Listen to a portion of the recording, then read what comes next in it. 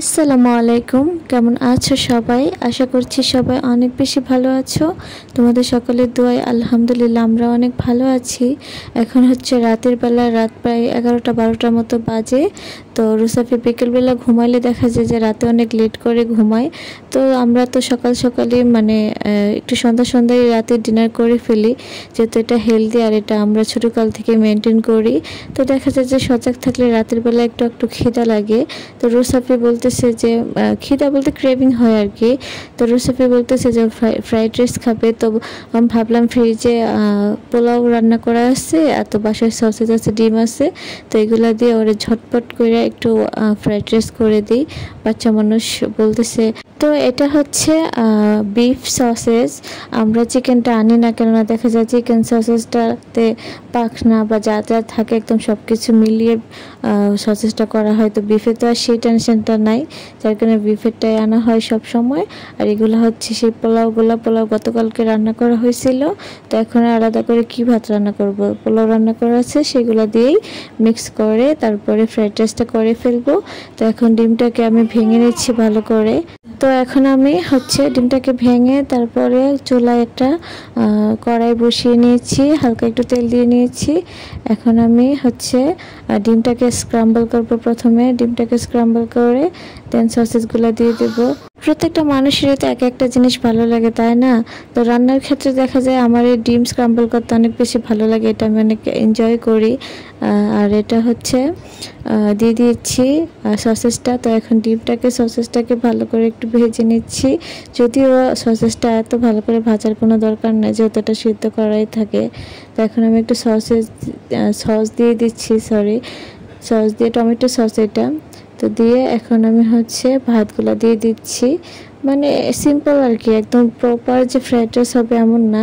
Proper fried rice করলে তো অবশ্যই তোমাদেরকে সুন্দর করে রেসিপি দেখাতাম। এটা জাস্ট রুসাফিরে সামাল দেওয়া। তো এখন আমি একটা নুডলসের মশলা ছিল, তো নুডলসের মশলাটাও দিয়ে দিচ্ছি একটু ফ্লেভারের জন্য। তো প্রায় কিন্তু ফ্রাইড রাইসটা হয়ে গিয়েছে একদম সিম্পলভাবে। তো রুসাফি এটা দেখে অনেক বেশি খুশি হয়ে গিয়েছে। তো এখন আমি হচ্ছে একটা প্লেটের মধ্যে ফ্রাইড রাইসটা নিয়ে নিচ্ছি। তো একটু নরম হয়ে গিয়েছে, যেহেতু ভাতটা ফ্রিজে ছিল, একটু নরম হয়ে গিয়েছিল, যার কারণে এমন দেখাচ্ছে, মানে ঝরঝরা হয়নি। তো যাই হোক, এখন আমি এটা বেড়ে তারপর রুসাফিকে দিয়ে দিব। তো আমি নিজেও প্রত্যাশা করি নাই যে এটা অনেক বেশি মজা হবে, জাস্ট ও বলছে, বাসায় ছিল, তাই রান্না করে দিলাম। কিন্তু আমি একটু টেস্ট করে দেখলাম যে এটা খুব বেশি মজা হয়েছিল। আর পোলাও আইটেম জাতীয় আমার সব কিছুই অনেক বেশি প্রিয়, রিচ আইটেম যত আছে সবই আমার অনেক প্রিয়। তো আমি একটু টেস্ট করে দেখলাম, না খুব বেশি মজা হয়েছে আর অনেক ফ্লেভারফুল হয়েছে। তো এখানে রুসাফিকে পুরোটা দিয়ে দিচ্ছি।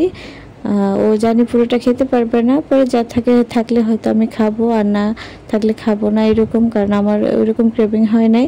তো এখন রুসাফিকে দিয়ে দিচ্ছি। আর সে খাওয়ার সময় এই বদ অভ্যাস তার অলওয়েজই আছে, সে মোবাইল দেখে নয়তো টিভি দেখে খায়।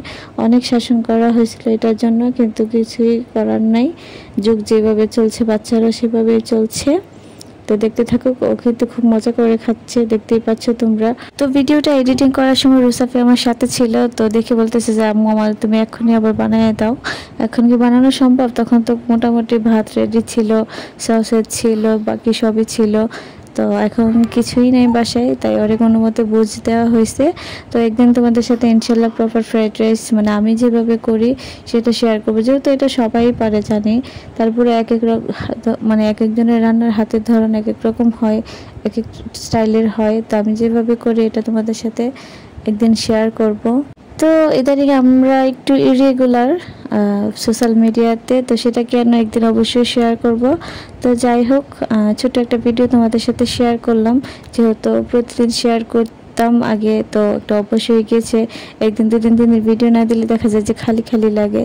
তো যাই হোক, তোমরা সবাই অনেক বেশি ভালো থেকো, সুস্থ থেকো। তোমাদের সাথে দেখা হবে আবার অন্য কোনো ব্লগে বা ছোট কোনো ভিডিওতে। সেই পর্যন্ত আল্লাহ হাফেজ। আর এদিকে রুসাফি খেতে থাকুক।